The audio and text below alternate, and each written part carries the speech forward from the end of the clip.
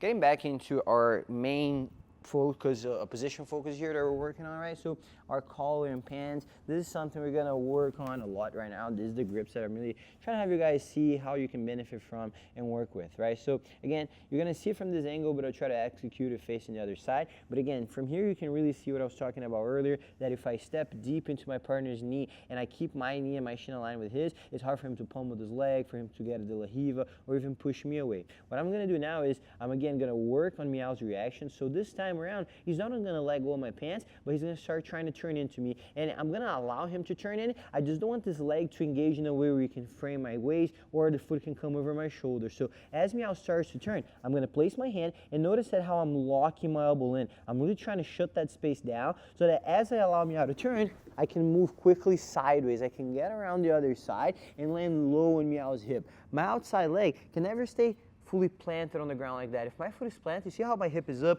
my body is in a straight line. If my body is in a straight line, the frames are going to come in very easily. So I want to have my hip drop onto that elbow. I keep the collar grip so I stay tight and I can pull back against his pushes, right? And remember one thing, I land with my elbow in, right? So if you really see it here, my elbow is in and I'm tucked in on top of it, but I don't want to stay here for too long. This just means that I was able to beat the frames. If Meow pushes me here, I can pull myself in, but the sooner I get my elbow to slide over, the better. And here, it's really preference, right? Sometimes you're going to keep this elbow a little bit lower and you're going to work more hip control. Sometimes you're going to bring your whole body up. You can bring this hand higher up, get a full-on underhook on the shoulder, bring yourself a little bit higher. Just regardless of which one you do, remember that when you're slicing through, you don't want your knee to ever go towards your partner. You want to try to have your knee point outwards. The more your knee points outwards, the heavier you become, the more you engage your lat here on Meow, and you can let your hip drop on this gap between your partner's hips. So when your hip drops right next to his, Meow's going to be reacting, right? So besides the crossface that we can work on, and I'm going to talk about it in a little bit here as well,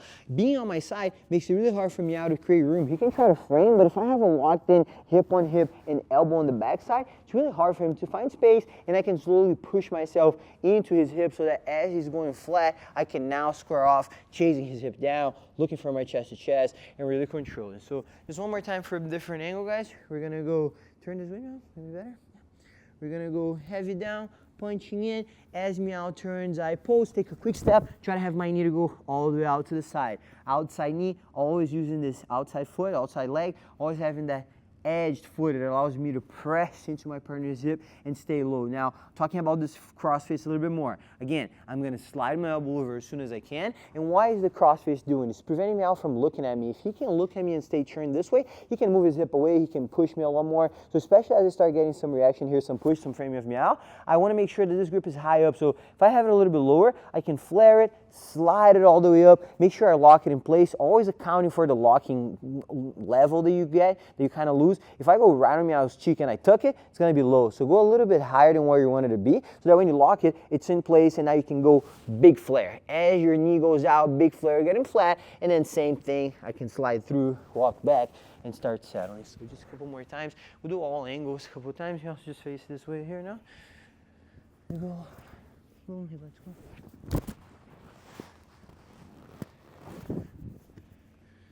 All sides just to make sure. Okay. Lose a little.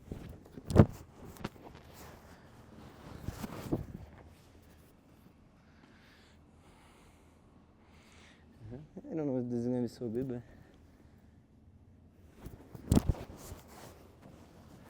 And then one more straight. Come. A little slower.